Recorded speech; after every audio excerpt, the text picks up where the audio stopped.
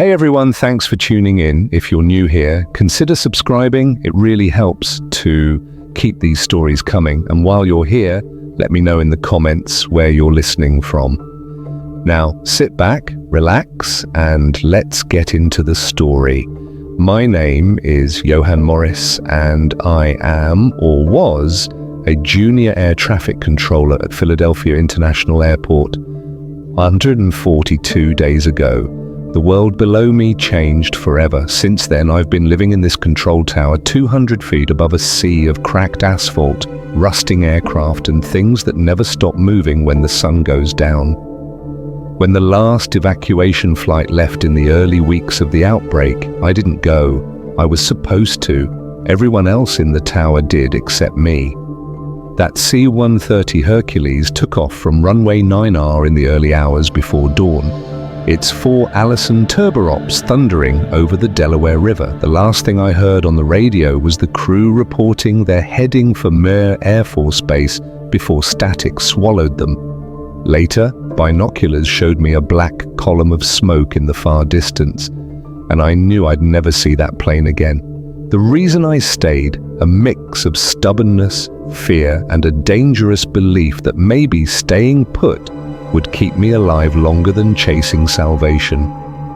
Down there, in the streets and highways leading out of Philadelphia, panic had already choked every escape route.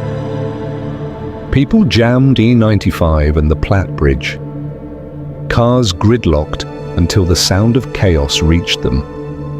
I'd heard the screams through the open tower windows long before I sealed them shut with aircraft-grade tape.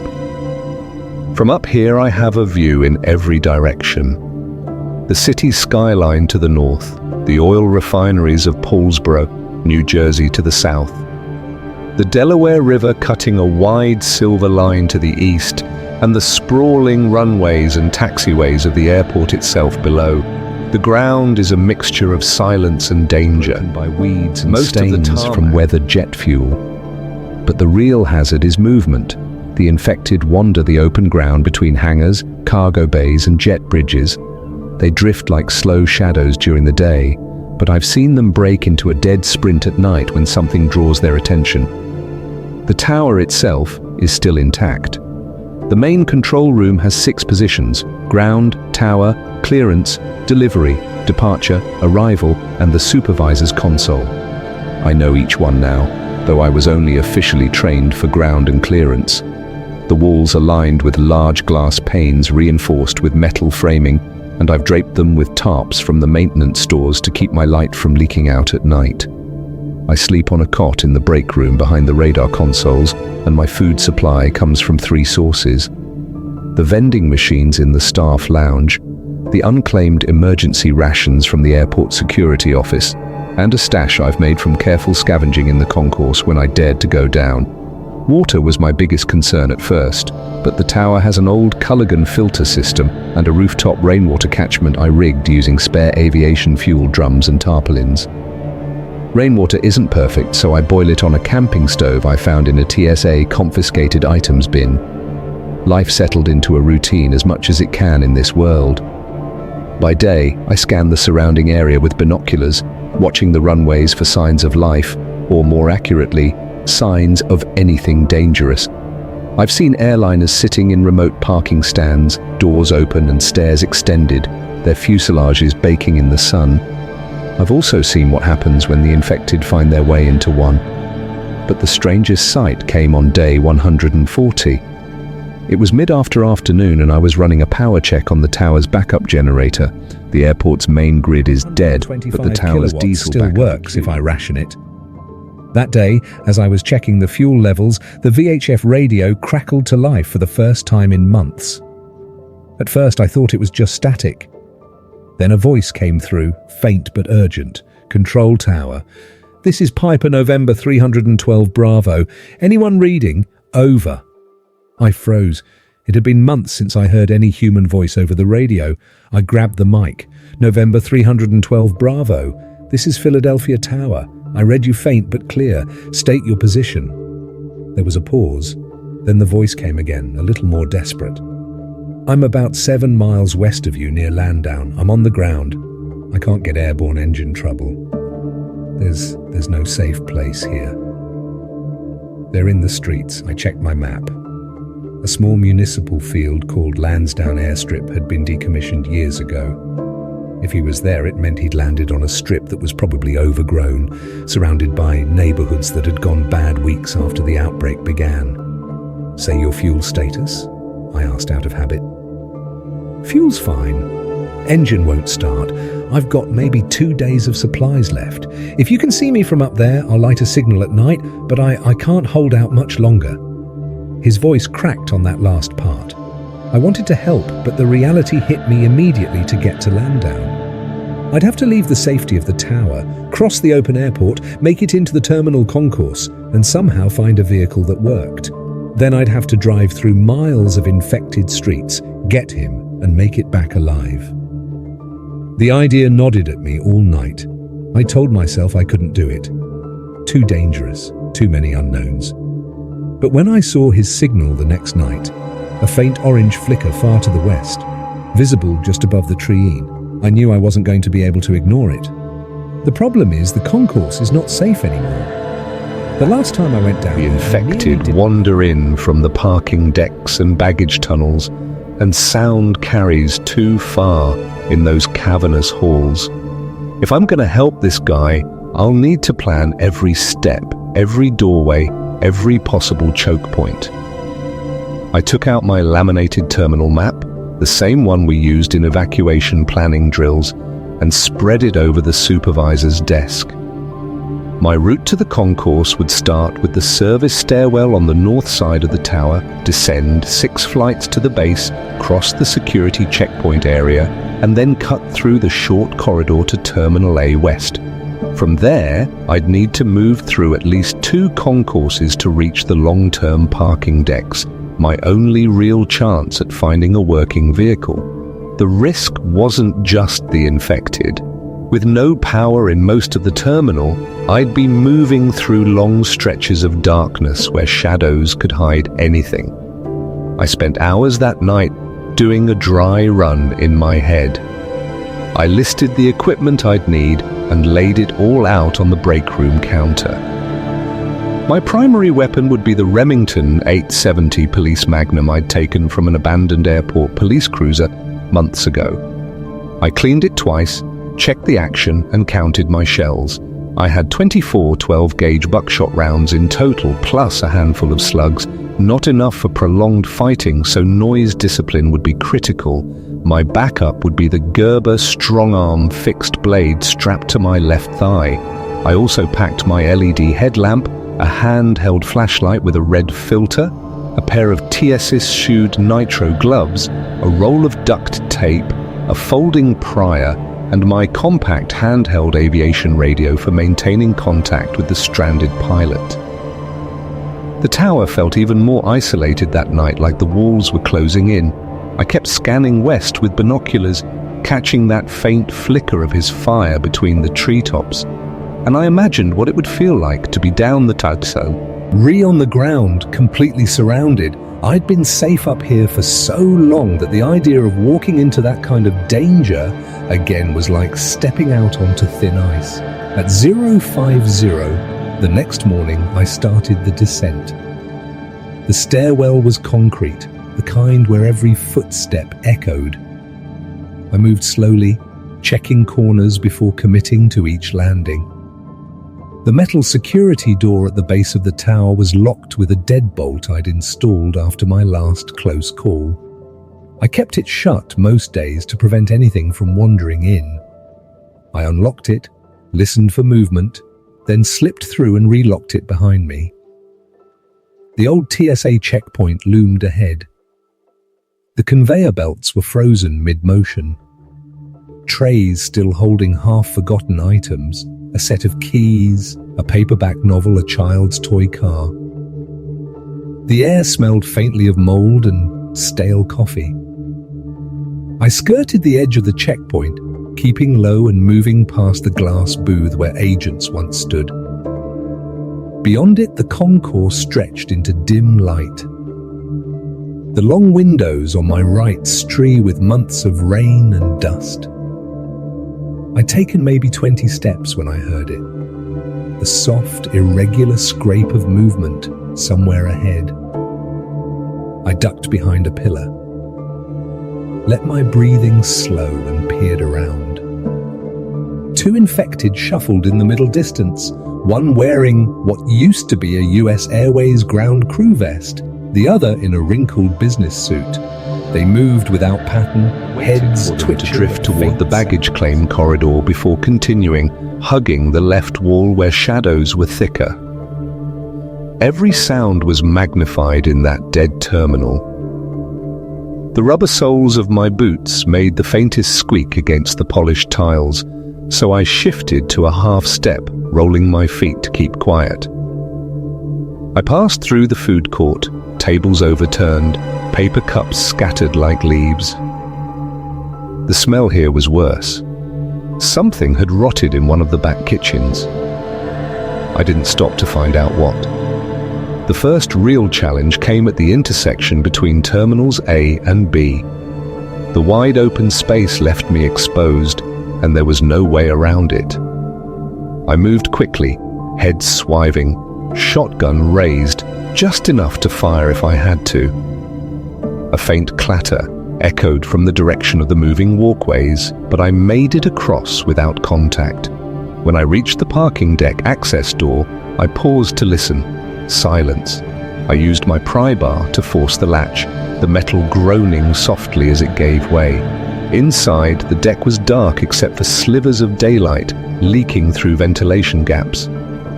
Rows of cars sat in neat lines, their windshields filmed with dust. My heart was pounding now. This was the moment. If I didn't find something with keys or an intact ignition, this whole rescue was over before it began. I moved methodically, checking glove compartments, under visors, even inside wheel wells. Most of the cars were useless dead batteries, flat tires, or missing keys entirely. Then I spotted it. A white Ford F-250 Super Duty airport maintenance truck, the kind used for runway inspections. The driver's door was unlocked, and when I checked under the floor mat, there they were, the keys. I slid in, shut the door quietly, and tested the ignition. The engine turned over on the second try, the diesel rumbling low. I kept it running only long enough to confirm it would start again, then shut it. T down to conserve fuel. The tank was half full enough to make it to Lansdowne and back if I took the most direct route. Now I had the means. The real test would be getting it out of here without drawing the entire concourse down on me. The smell of warm diesel still lingered in the cab when I leaned back in the seat and listened.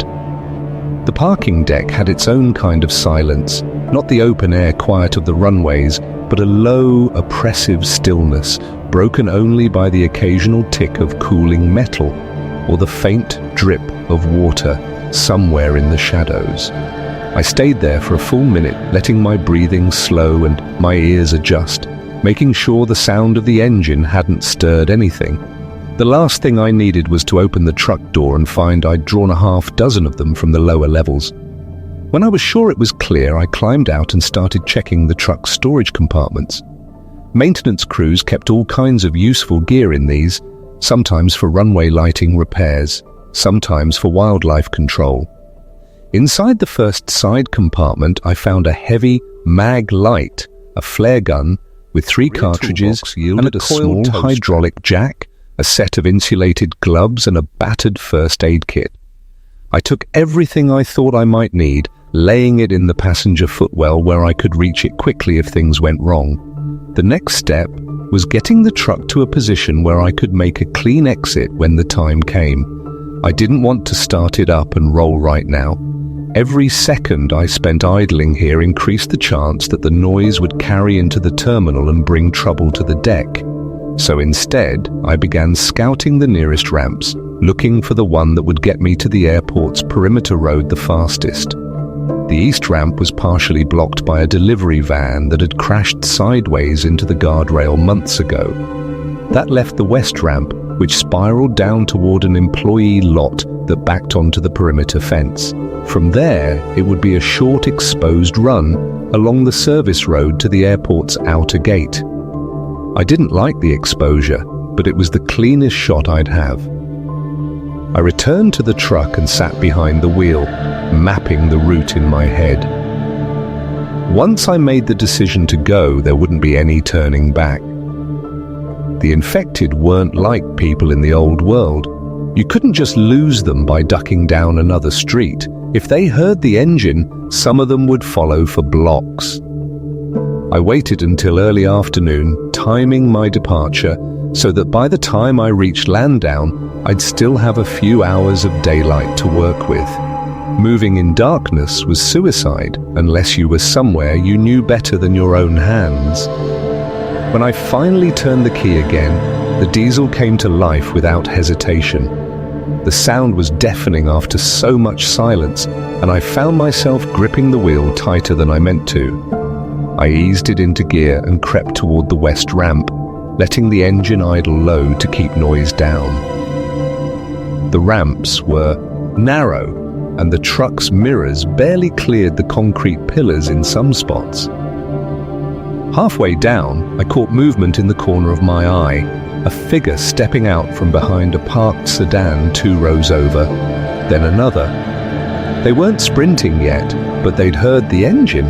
The sound would carry even further outside. I didn't wait for them to close the distance. I pressed the accelerator, the diesel growling louder as I swung out onto the lower deck and rolled toward the daylight. The blast of open air as I exited the deck was almost disorienting after hours in the tower and the stale gloom of the terminal ahead. The employee lot stretched to the chain-link perimeter fence beyond it.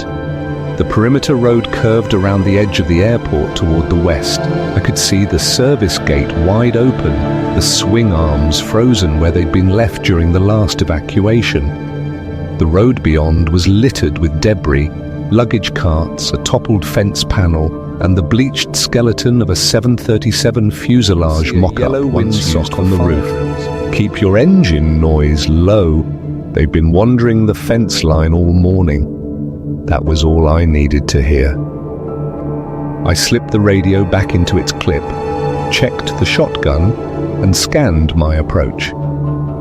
I'd have to take the truck down a narrow side street that ran parallel to the fence, then find an opening wide enough to drive through. The main gate to the area strip was visible from here, but it was choked with debris, a tangled mess of bicycles, pallets, and what looked like the remains of a burned-out sedan. No chance of pushing through without making noise for half the town to hear. I started the engine again, just long enough to roll the truck into the cover of the side street, then cut it once more. From here, I'd have to finish the last stretch on foot. Moving through on foot meant less noise, but it also meant more risk if something broke from cover. I pulled the Gerber knife from its sheath and clipped it to my belt where I could draw it quickly, then slung the shotgun on a single point strap so it would hang ready across my chest. The fence loomed closer with each step, the links rattling faintly in the wind. I kept low, hugging the line of overgrown bushes that ran along the property boundary. Through the gaps, I could see the cracked surface of the runway stretching into the distance, heat shimmer already rising off it despite the mild weather. No movement immediately inside the fence, but that meant little. They could be still until they weren't. About 50 yards down, I found my opening, a section where the bottom of the chain link had been cut and curled upward. I went flat on my stomach, pushing my pack through first, then sliding under with the shotgun cradled in one arm. My vest scraped against the rusted wire, snagging in one spot before I eased free. Inside, the air felt different again, quieter, like the fence. Its elf held some invisible boundary. The hangar was about 300 pounds away across the broken tarmac, its metal wall streaked with rust and its wide doors half open. The yellow windsock above it hung limp. I moved in short bursts from one piece of cover to the next. First an overturned fuel cart, then the shadow of a disused Cessna whose tires had rotted flat. The closer I got, the more I noticed signs of recent activity, a trail of boot prints in the dust, a scavenged fuel drum with its cap missing, a pile of empty water bottles tucked against the hangar wall. When I finally reached the side of the hangar, I pressed my back to the corrugated metal and listened. Nothing. I edged toward the open doorway and peered inside. He was there, mid-30s, lean build, dark hair tied back under a sweat-stained baseball cap. His clothes were the layered, practical kind you saw on bush pilots. Worn cargo pants, a faded flight jacket with the cuffs frayed.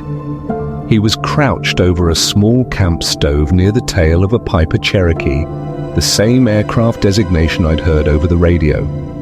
The nose cowling was open, tools scattered on a rag below it. He looked up the moment he saw me, his expression a mix of relief and disbelief. "You actually came," he said, keeping his voice low but firm.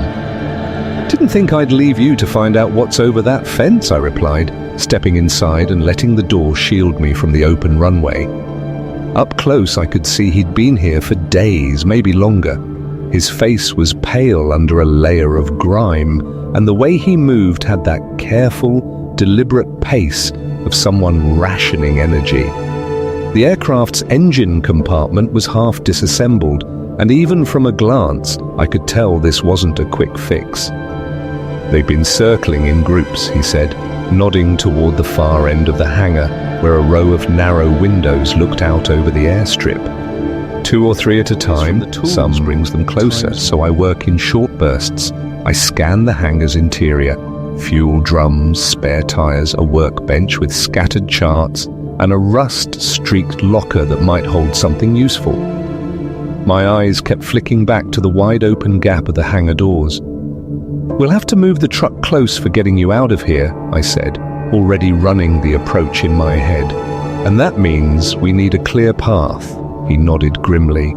"Then we've got some work to do before sundown." He followed my gaze toward the open doors and gave a slow nod. "The main taxiway's choked with debris," he said, gesturing with a wrench toward the east side of the field. "And the grass strip south of here is soft.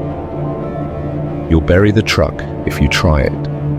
The west service lane is the only shot we've got, but I've seen movement there the past 2 mornings." I walked over to the edge of the hangar doors, keeping my body tucked behind the frame, and raised my binoculars.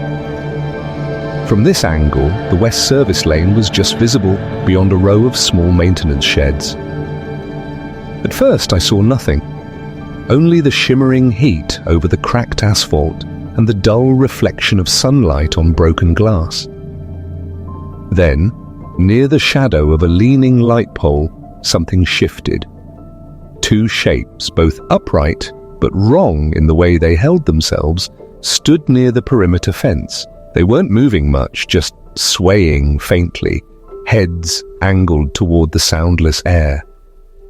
Even from here, I could feel the weight of their stillness. "We can't leave that pair wandering there when we bring the truck through," I said, lowering the binoculars. "If they hear the engine, they'll be on us before we've even rolled 50 yards. He exhaled through his teeth, glancing toward a battered metal locker near the workbench. "There's an old .22 rifle in there," he said.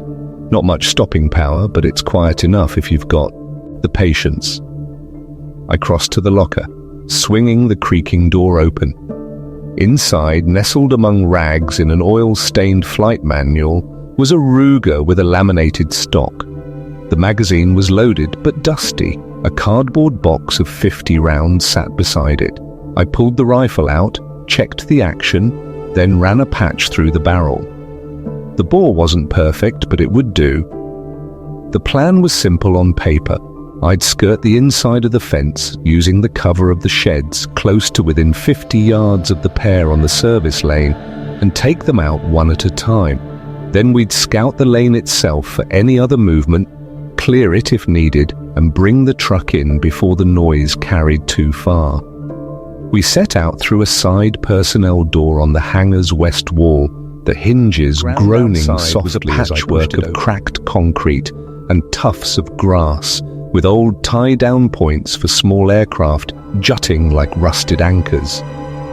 I moved first, keeping low, the .22 cradled in my arms while he followed with a length of rebar in his grip. We didn't talk. The air was too still for voices. The shed smelled of old fuel and mildew, their doors long since warped by the seasons. I used their shadows to mask our approach, pausing every few steps to listen. The pair near the fence hadn't moved far. One had its back to us, the faded remains of a high-visibility vest hanging off its shoulders. The other faced the fence, one arm hooked through the mesh as if waiting for something on the other side. I took the rifle to my shoulder and settled the front sight on the nearer target. The first shot cracked sharply in the quiet. The report softer than any shotgun blast, but still loud enough to make my ears ringing faintly. The round struck just above the ear, dropping the figure instantly. The second turned at the sound, head jerking toward us, mouth opening in a soundless motion. I squeezed off another round, this one punching through the temple, and it collapsed in a tangle of limbs against the fence. We stayed frozen for half a minute, scanning the lane in the open ground beyond. Nothing moved. The sound hadn't drawn anything else, at least not yet. We moved quickly then, stepping over the bodies and into the lane. Up close, I could see the debris he'd warned me about.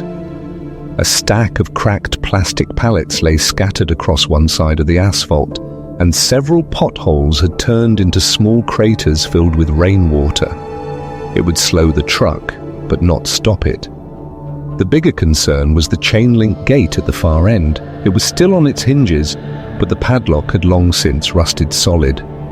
"Truck will fit if we get this open," I said, running my hand along to the latch. I pulled the folding pry bar from my pack and wedged it into the gap between latch and post. It took 2 good heaves to snap the corroded steel, the sound sharp enough to make me wince.